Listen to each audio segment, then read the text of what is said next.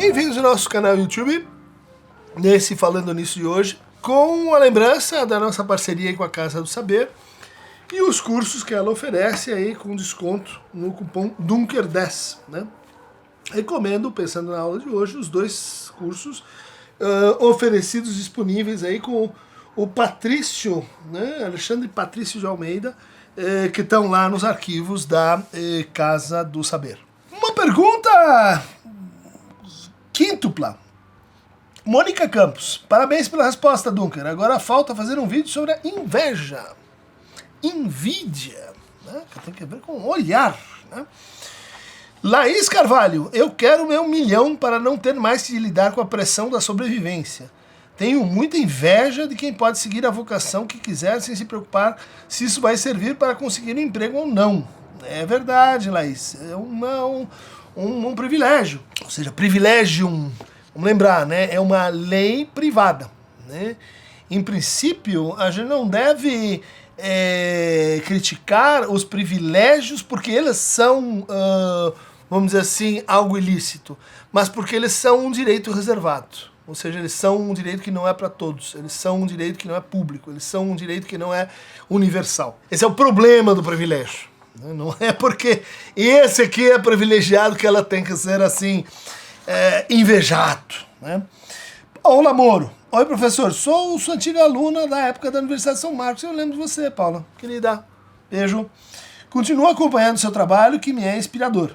Gostaria que pudesse falar um pouco sobre misoginia, feminicídio e heteronormatividade para a psicanálise. De repente, abordando também sobre a inveja do pênis em Freud, ou seja, a pênis night. Clotilde Pérez, Clô, querida, da professora da ECA, a gente trabalha no curso que ela patrocina sobre cultura material e psicanálise, né, onde está o Oscar Cesarotto, uma turma aí bem bacana já há alguns anos. Clotilde, que dá aula no curso de Relações Públicas, se não me engano, né? Christian, você é extraordinário, excelente professor, pesquisador, psicanalista, comprometido não apenas com uma pesquisa intramuros na melhor universidade da América Latina, mas também centrado em levar à sociedade suas reflexões. Minha sugestão para o próximo Falando Nisso, aliás, o título do canal é revelador das suas intenções e aproximação com um público amplo, é sobre a inveja. Será feito, Clô. A Cássia Azevedo, no vídeo sobre ciúmes, pergunta, e a inveja? Ou seja, nós temos um vídeo aqui sobre os ciúmes, agora nós vamos dedicar à inveja, né? E eu espero não ser um passeio assim excessivamente, vamos dizer assim, problemático do ponto de vista da síntese, né?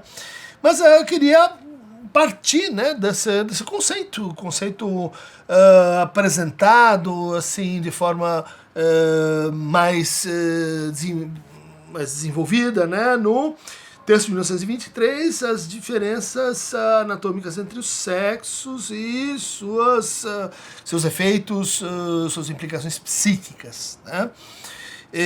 Que é um texto que está junto com o declínio do complexo de Édipo, né?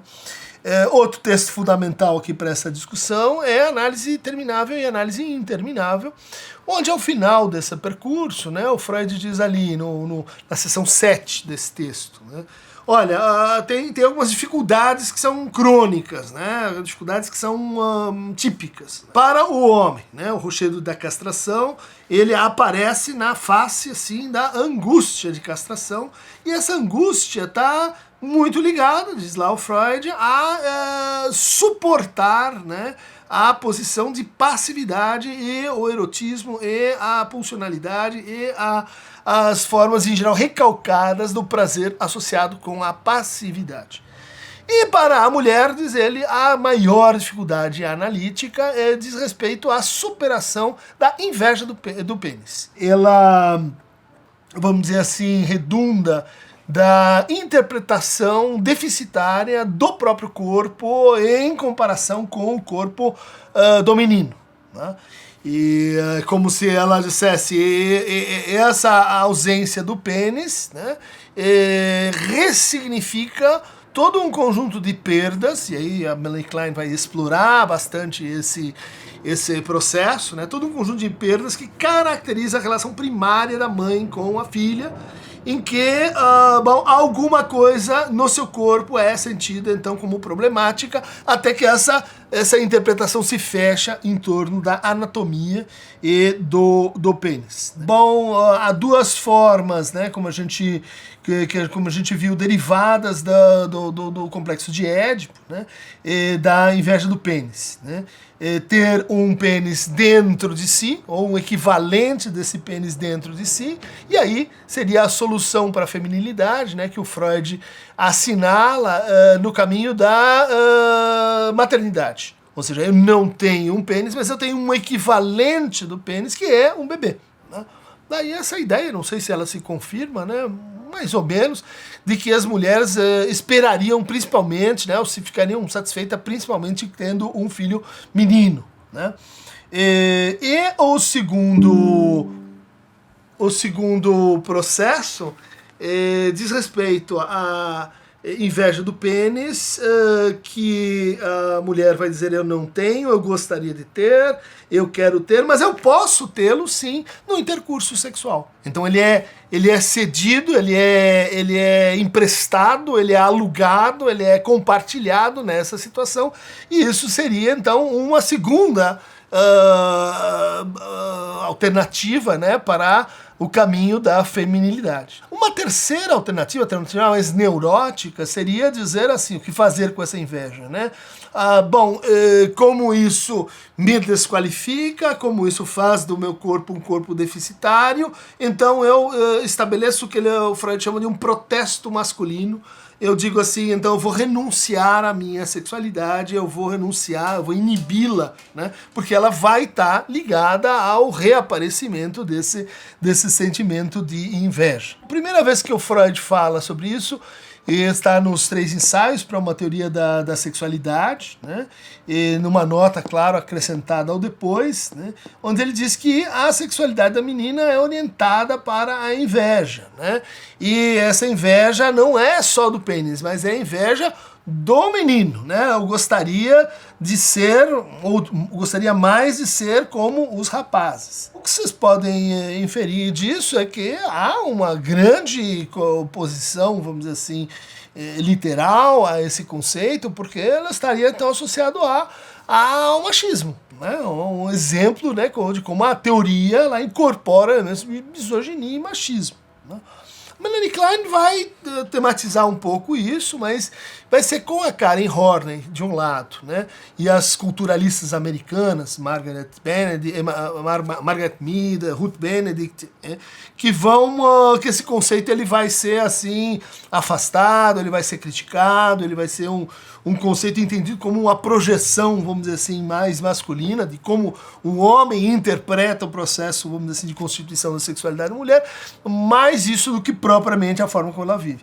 A segunda onda de questionamento desse conceito vai vir com as feministas francesas, Michelle Montrellet e Lucie Irigaray, que vão questionar, né, a procedência desse conceito, mas aí já problematizando que, de fato, olhando ali o texto, o Freud não fala sempre em pênis, né?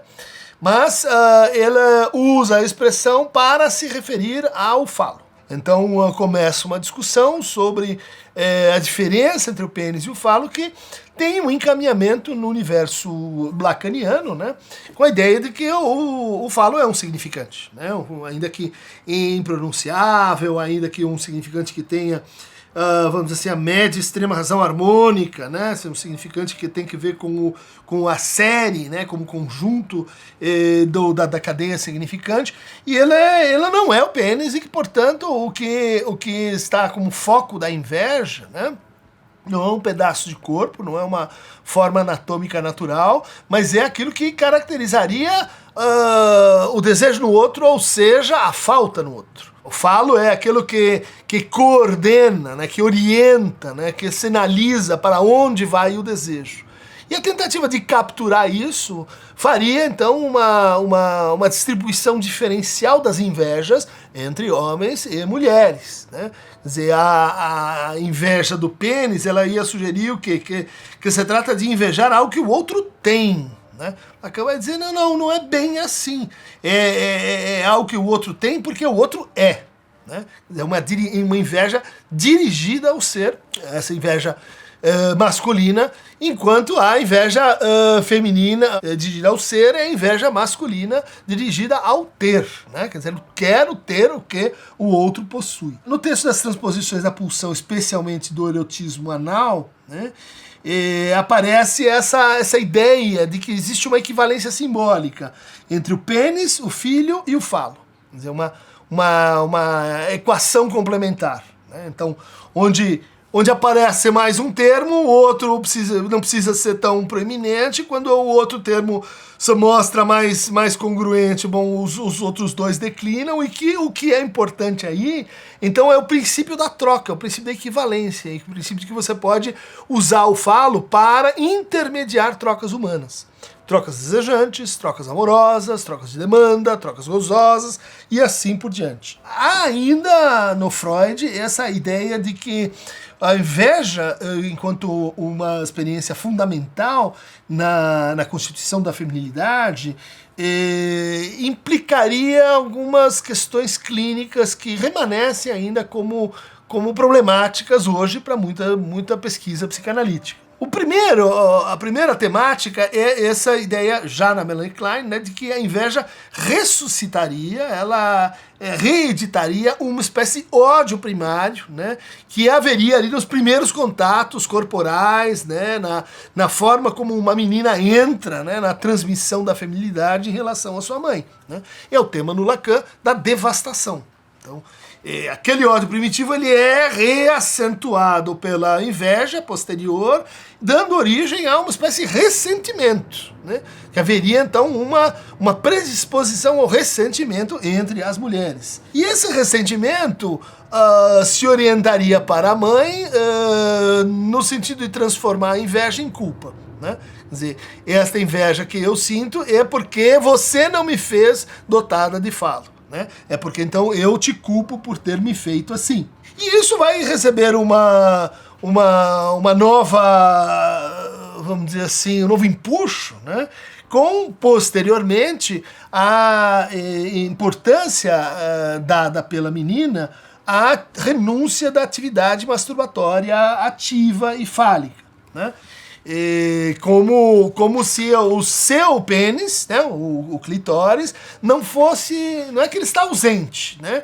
É que ele é menor, ele é pequeno, ele é bom comparativamente com o pênis do menino, ele não é tão pujante, e isso então reforçaria essa experiência deficitária com o corpo e reacenderia essa série, né, de ressentimento, depreciação e ódio, renúncia à atividade sexual, no fundo, né, em nome da inveja. Daí a ideia de que é assim que a castração incide na menina, é assim que a castração ela incide assim depois do Édipo na menina. Bom, então isso redundaria nessa equivalência da qual a gente já falou, equivalência simbólica entre o pênis e o filho, né? Ou seja, assim, daria para dizer, assim como as mulheres, no universo simplesmente freudiano aqui, né?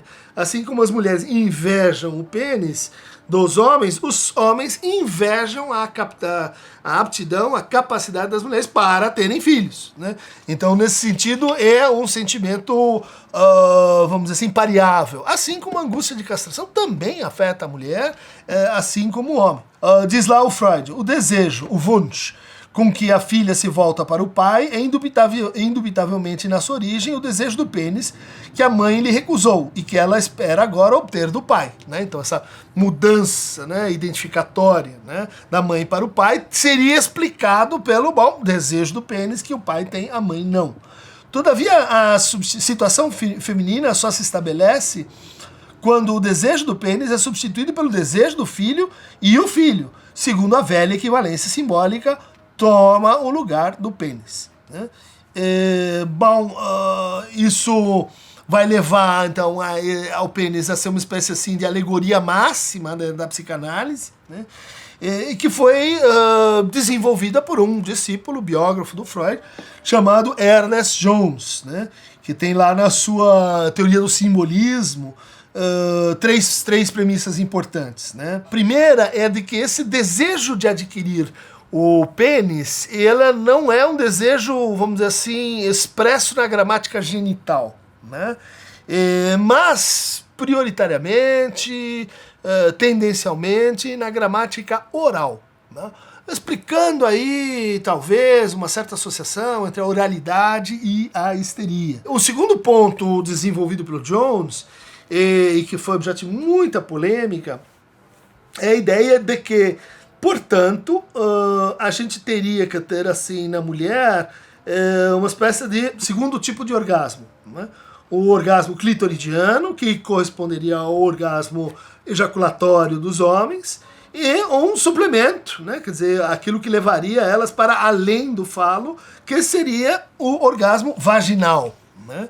Então, gente como a princesa Marie Bonaparte desenvolveu teorias bastante insólitas, né, de como alcançar o orgasmo vaginal, e de como o orgasmo vaginal seria, então, assim, uma espécie de horizonte para a conclusividade do que é uma mulher. Bom, isso teria a terceira consequência, né, para o Ernest Jones, a ideia de que essa inveja do pênis seria a explicação mais genérica, mais simples para o menor interesse sexual que as mulheres revelariam em relação aos homens, porque o seu desejo vem acompanhado da manifestação da inveja, vem acompanhado da denúncia da inveja, vem acompanhado de essa série que a gente viu, penosa, aí, formada pelo ódio, pela culpa, pelo ressentimento. O conceito de inveja do pênis, ele vai ser criticado pelo Lacan, né, basicamente com esse argumento de que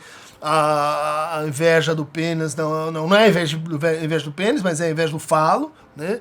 Assim como ele vai criticar o Ernest Jones, vai dizer, olha, a fânise, né, que é esse medo que o Jones dizia assim, que as mulheres têm de que o desejo desapareça, né?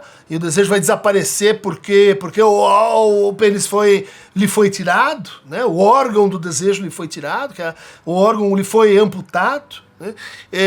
O Lacan vai dizer, não é nada disso, não tem a fânise do desejo, porque a verdadeira fânise é a fânise do sujeito. Ou seja, de como um determinado desejo vai aparecer, né, principalmente para certas mulheres, né, como sinônimo de desaparição subjetiva, né, de ausência de... Ali eu não estou como sujeito, ali eu desapareço como sujeito, ali eu me ausentifico como sujeito, restando-lhe, portanto, a condição de objeto, o que vai ser, assim, problemático em vários sentidos, do ponto de vista da fantasia, das fantasias histéricas. Mas o Lacan tem uma outra observação sobre a inveja, bastante comentada, que está em Estágios do Espelho e sua importância na formação do G, né, do eu, que é quando ele menciona uma passagem de Santo Agostinho. A passagem está em Confissões, esse trabalho inaugural sobre o gênero biográfico, né, autobiográfico, e que o Santo Agostinho então começa a contar a sua vida. Saboreei também as doçuras do leite humano. Não era minha mãe, nem as das minhas amas que se enchiam a si mesmas os peitos de leites. Era vós, Senhor, que por elas me dáveis o alimento da infância. Em seguida, estou pulando, né? Comecei também a rir, enquanto dormia e depois acordado, né? Reconheci que assim eram as crianças, como depois pude observar. Elas me informaram melhor, inconscientemente, daquilo que eu tinha sido então, do que as amas com a sua experiência. Olha aí a presença do termo inconsciente no Santo Agostinho, hein? Século IV depois de Cristo. Concedestes ao homem a graça de conjecturar de si pelo que vê nos outros, e de acreditar muitas coisas a seu respeito, confiado na autoridade das simples mulheres. Olha aqui, bom, machismo também já lá no século IV depois de Cristo. Mas aí vem a passagem que o Lacan está aludindo, né? Ou seria justo, mesmo para aquela idade, exigir com choros o que talvez prejudicialmente seria concedido. encolerizar-me com violência, não contra pessoas a mim sujeitas, mas contra pessoas livres e respeitáveis pela idade.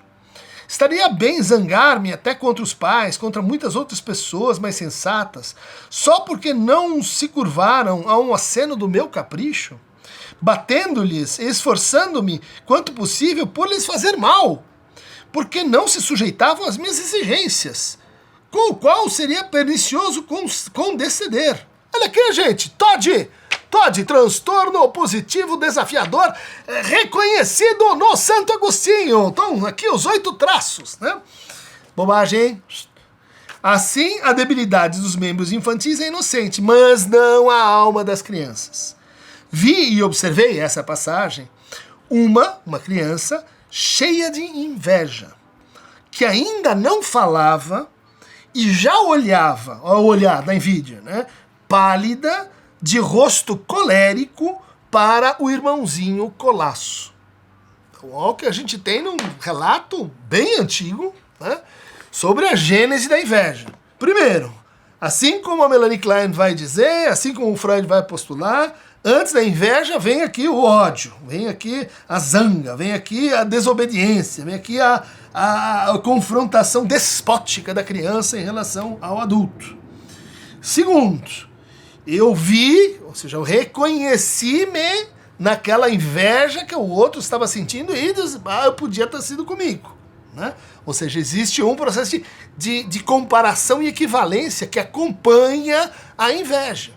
Sabe aquela pessoa que está sempre se comparando? Sempre dizendo eu estou a mais, estou a menos? Bom, ela está na gramática da inveja. Que ainda não falava. Olha só, a inveja como um afeto contemporâneo, assim, da entrada, né, da aquisição da fala.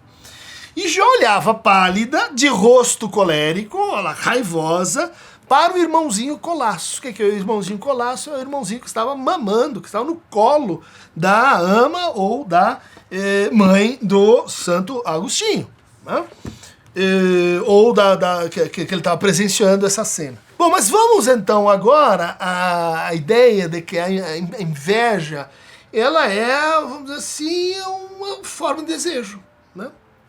Quando eu digo inveja essa pessoa, no fundo eu estou dizendo eu queria ter, eu queria ser, eu queria algo que eu percebo e reconheço nessa pessoa. Esse X que muitas vezes eu não sei dizer qual é. Né? Será que é o cabelo? Será que é a fama? Será que é a camisa? Que será que o outro tem ou que será que o outro é que eu gostaria de ter para mim? Então, no fundo, assim como a angústia, assim como o luto, assim como a saudade, a inveja é um nome do desejo, né? Uma figura do desejo. Bom, mas, texto de 1957, da Melanie Klein, reeditado agora pela Florência, lá da UBU, de forma assim, lindinho, são 2 volumes, né, Inveja e Gratidão, Culpa e Reparação, e em 57 ela escreve, né, esse trabalho maiúsculo, né, chamado Inveja e Gratidão, né, onde várias ideias vão aparecer aqui, nós vamos acompanhar. Em primeiro lugar, né, ela vai tematizar a inveja em relação ao ódio, e o ódio em relação ao que ela chama de processos esquizoides. Né?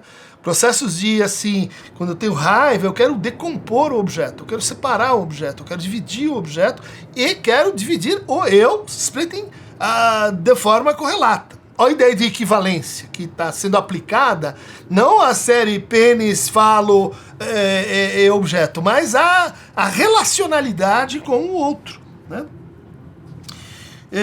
Cheguei à conclusão de que a inveja é um fator muito poderoso no solapamento das raízes dos sentimentos de amor e de gratidão. Olha só, né? Essa é uma ideia kleiniana, né? Quer dizer, a nossa capacidade de amar, a nossa capacidade de agradecer, ela tem que ver com o destino, com a tramitação que a gente dá para a inveja. Pois ela afeta a relação mais antiga de todas, a relação com a mãe. A importância fundamental dessa relação para toda a vida emocional do indivíduo tem sido substanciada em vários trabalhos psicanalíticos. Né?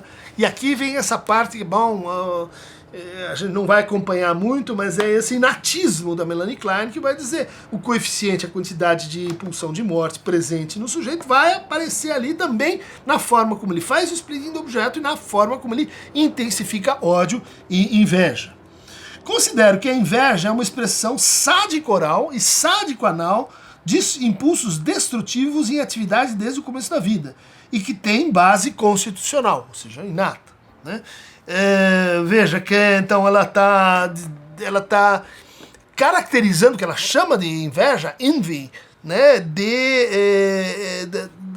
próximo do que a gente chama de inveja destrutiva, inveja maldosa. Não é essa inveja de, puxa, queria ter o carro que ele tem, mas não quero que ele destrua o carro dele, não quero que ele perca o carro dele, eu só queria ter também com ele. Ou seja, aí está envolvida a ideia de gratidão, aí está envolvida a ideia de comunalidade, de que a gente pode compartilhar, né? De que a gente pode compartilhar um determinado bem. Não.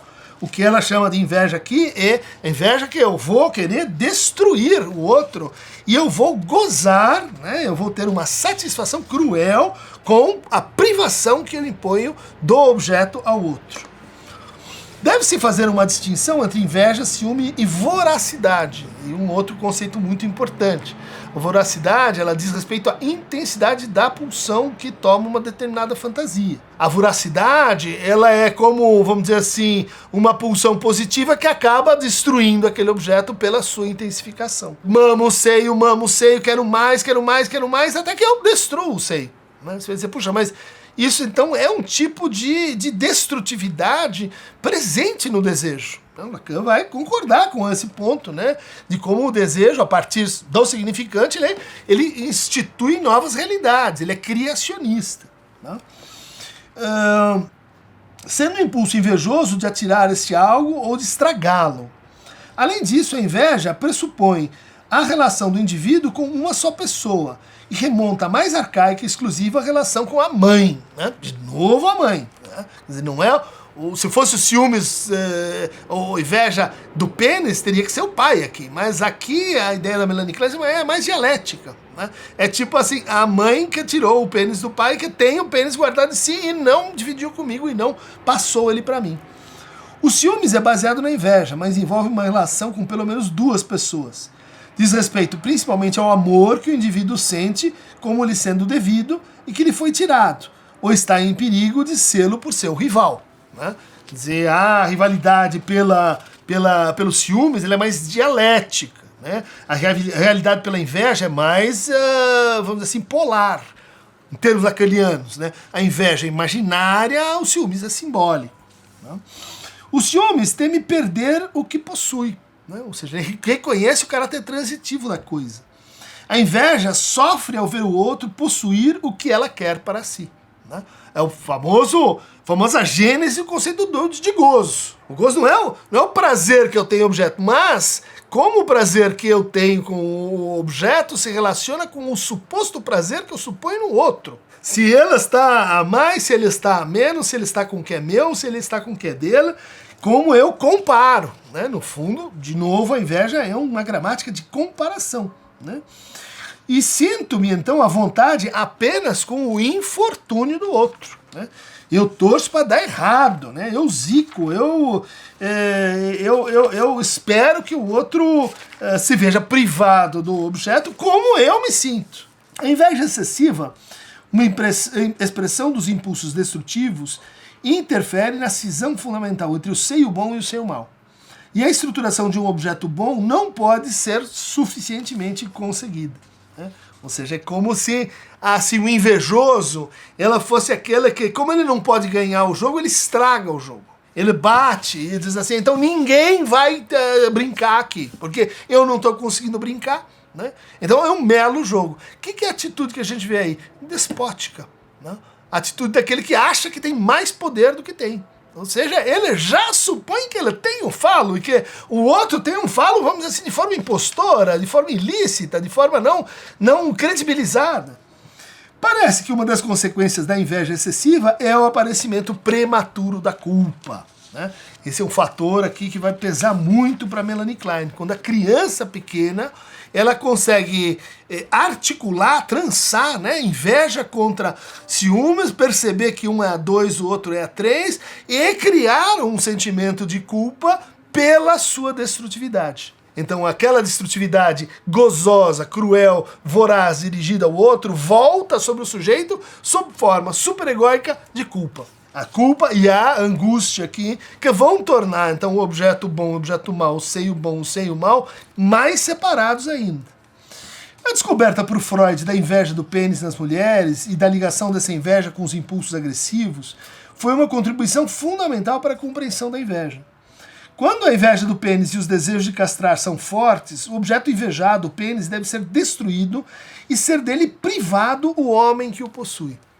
Aqui está aparecendo uma ideia que vai funcionar bastante no Lacan, que é dizer assim, olha, Melanie Klein está descrevendo processos corretamente, mas o que falta a ela é a distinção entre o imaginário, simbólico e real. Então a castração no simbólico, né, é imposta triadicamente, imposta por uma equação A4, né? A frustração, que tem que ver com o imaginário, tem que ver com a potência e onipotência, dependência e precisão de um ao outro, e a privação como falta real. Essa é a problemática que ela está percebendo, ela está intuindo que de alguma forma a criança passa e sai de si, passa a pensar de forma triangular, na verdade de forma quadrática, né? Quando ela integra a noção de privação, né? Que o Lacan vai associar com o segundo tempo do complexo de Édipo. Ele afirmou que o paciente do sexo feminino sente certeza interior de que o tratamento analítico em nada servirá e que ninguém pode ajudá-la. E não lhe diremos que está errada, quando sabemos que o mais forte motivo que a levou ao tratamento era a esperança de obter o órgão masculino, cuja ausência ela já sentia dolorosamente. A inveja do pênis da mulher, principalmente na medida em que é de origem oral, né? Então a culpa oral, o ódio oral, a destrutividade oral, aí está tudo aqui ligado a essa invejosidade oral, né? A atitude invejosa e destrutiva para com o seio está na base da crítica destrutiva, a qual muitas vezes descrita como mordaz e perniciosa. A gente conhece essa crítica aqui, que não é construtiva, que quer acabar com o outro, que se dirige ao ser do outro, que destitui o outro. Olha só, essa crítica mordaz, essa crítica que a gente não entende porque é tão feroz. Gente, vamos ler Melanie Klein aí, hein? Vamos ler Melanie Klein, porque essa crítica, não toda aí qualquer crítica, ela é uma expressão de inveja.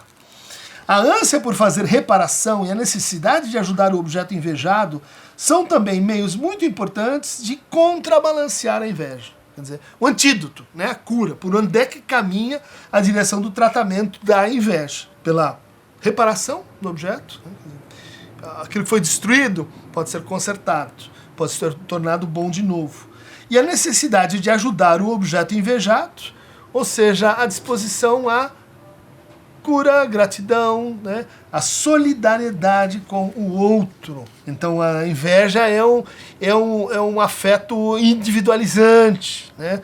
Daí que seu tratamento seja, né, da distribuição, da ideia de que ninguém eu falo, que o valo circula, da ideia de que a troca é mais importante de quem assim possui a propriedade do falo.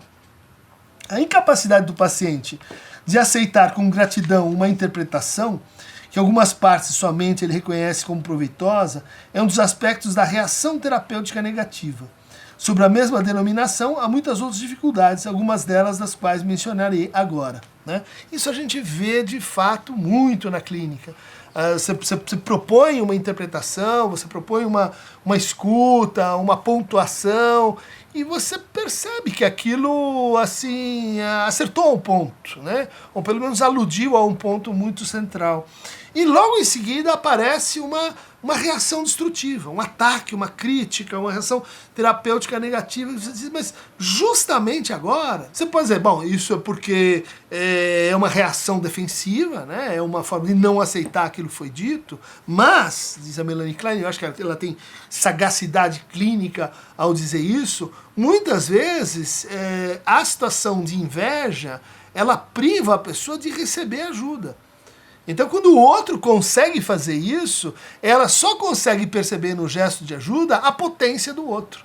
O fato de que ela não conseguiu sozinha.